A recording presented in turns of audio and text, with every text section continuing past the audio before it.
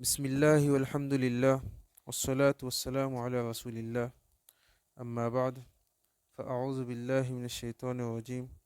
بسم اللہ الرحمن الرحیم قال النبی صلی اللہ علیہ وسلم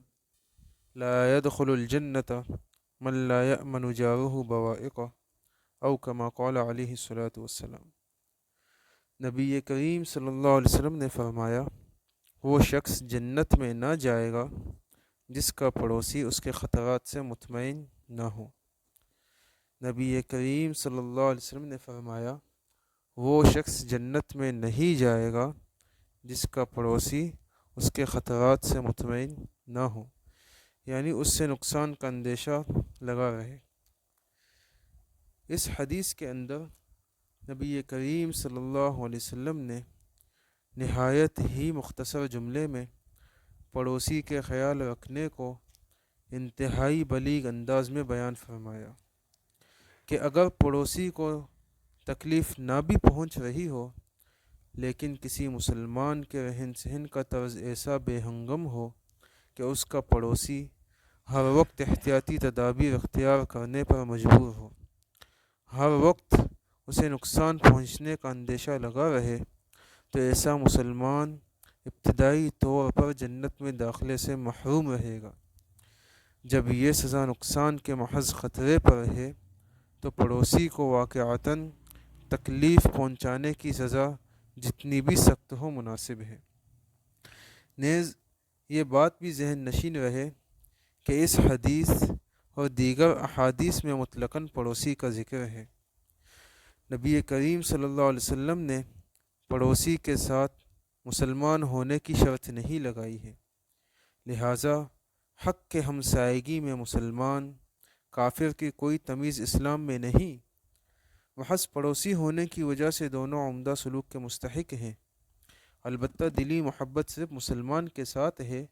کافروں کے ساتھ دلی محبت نہیں کی جائے، البتہ ان کے ساتھ صرف حسن سلوک رکھا جائے۔ علامہ ابن حجر رحمۃ اللہ علیہ فرماتے ہیں، واسم الجار یشمل المسلم والکافر والعابد والفاسق والصدیق والعدو والغریب والبلدی والنافع والضار والقریب والاجنبی والاقرب دارا والابعد۔ فرماتے ہیں کہ پڑوسی کا مفہوم سب کو شامل ہے، خواہ مسلمان ہو یا کافر ہو، عبادت گزار ہو یا فاسق ہو، یا دوست ہو یا دشمن ہو، یا ہم شہر ہو، یا کیا کہتے ہیں والغریبہ یا اجنبی ہو، والبلدیہ کہ آپ کے اپنے شہر کا کوئی بندہ ہو، والنافع آپ کو نفع پہنچانے والا ہو، والضارہ یا آپ کو نقصان پہنچانے والا ہو، والقریبہ جس کو آپ جانتے ہو شناسا ہو، والاجنبیہ جس کو آپ نہ جانتے ہو، والاقرب دارن جس کا گھر آپ کے گھر کے قریب ہو، والابعد یا جس کا گھر آپ کے گھر سے دور ہو۔ ان تمام کو پڑوسی کا لفظ جار ان تمام کو شامل ہے۔ یہ سب کے سب اس ضمن میں آتے ہیں کہ ان کے ساتھ حسن سلوک کیا جائے، صرف مسلمان کی اس میں تخصیص نہیں ہے۔ ایک حدیث میں آپ صلی اللہ علیہ وسلم نے ایسا نہ کرنے والے سے ایمان کی ہی نفی فرماتے ہوئے ارشاد فرمایا، یعنی جو شخص پڑوسیوں کے ساتھ حسن سلوک نہ رکھے، پڑوسی اس کے خطرات سے تکلیفوں سے محفوظ نہ ہو، تو ان کے بارے میں آپ نے فرمایا، واللہ لا یؤمن، واللہ لا یؤمن، واللہ لا یؤمن، اللہ کی قسم وہ شخص مومن نہیں ہے، اللہ کی قسم وہ شخص مومن نہیں، اللہ کی قسم وہ شخص مومن نہیں۔ قیل ومن یا رسول اللہ، صحابہ کرام رضی اللہ عنہم نے عرض کیا، اے اللہ کے رسول کون شخص مومن نہیں؟ قال الذی لا یأمن جارہ بوائقہ، آپ نے فرمایا وہ شخص مومن نہیں جس کے پڑوسی اس کی تکالیف سے محفوظ نہ ہو۔ اللہ اکبر! اتنی بڑی وعید آپ صلی اللہ علیہ وسلم نے اس حدیث کے اس حدیث کے اندر بیان فرما لی کہ اس شخص کا ایمان ہی مکمل نہیں، کامل نہیں، وہ شخص مومن ہی نہیں جس کے پڑوسی اس کی تکالیف سے محفوظ نہ ہو۔ حضرت ابن عباس رضی اللہ تعالیٰ عنہما سے روایت ہے، وہ فرماتے ہیں کہ میں نے رسول اللہ صلی اللہ علیہ وسلم سے سنا فرماتے تھے،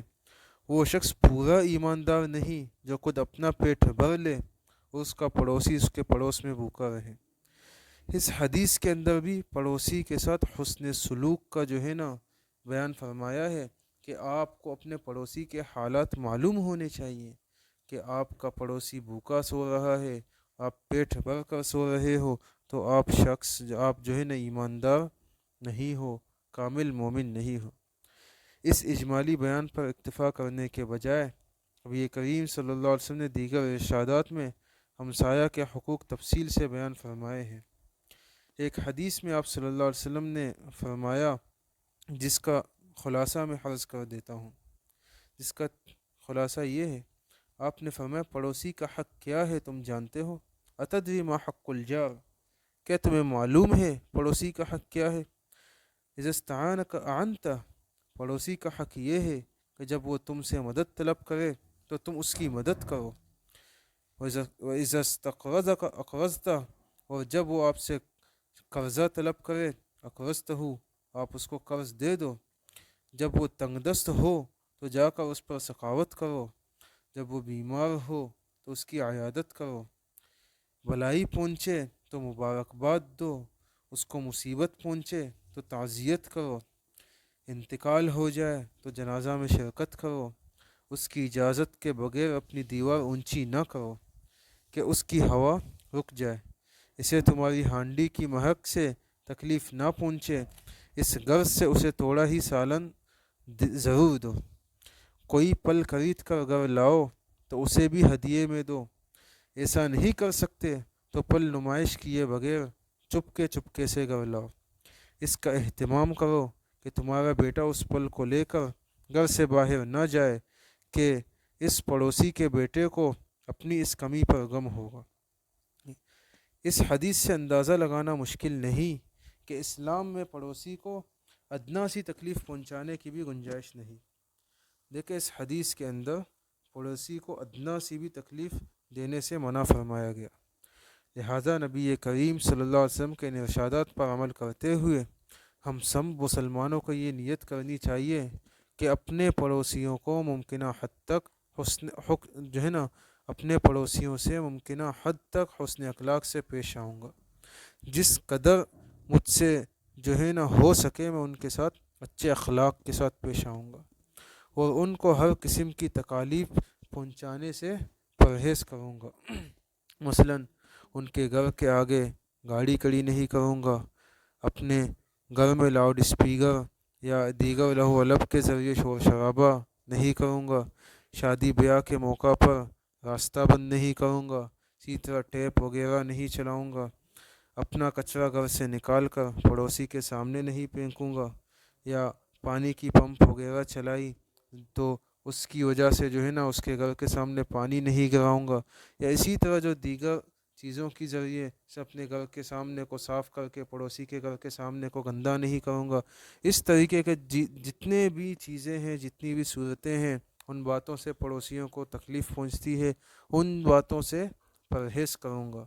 تو یہ ہم نیت کر لیں آج سے اور ان چیزوں کا اہتمام کریں۔ اللہ تعالیٰ سے دعا ہے اللہ تعالیٰ مجھے اور آپ کو اور تمام مسلمانوں کو ان ہدایت پر عمل کرنے کی توفیق عطا فرمائے۔ وآخر دعوانا ان الحمد للہ رب العالمین۔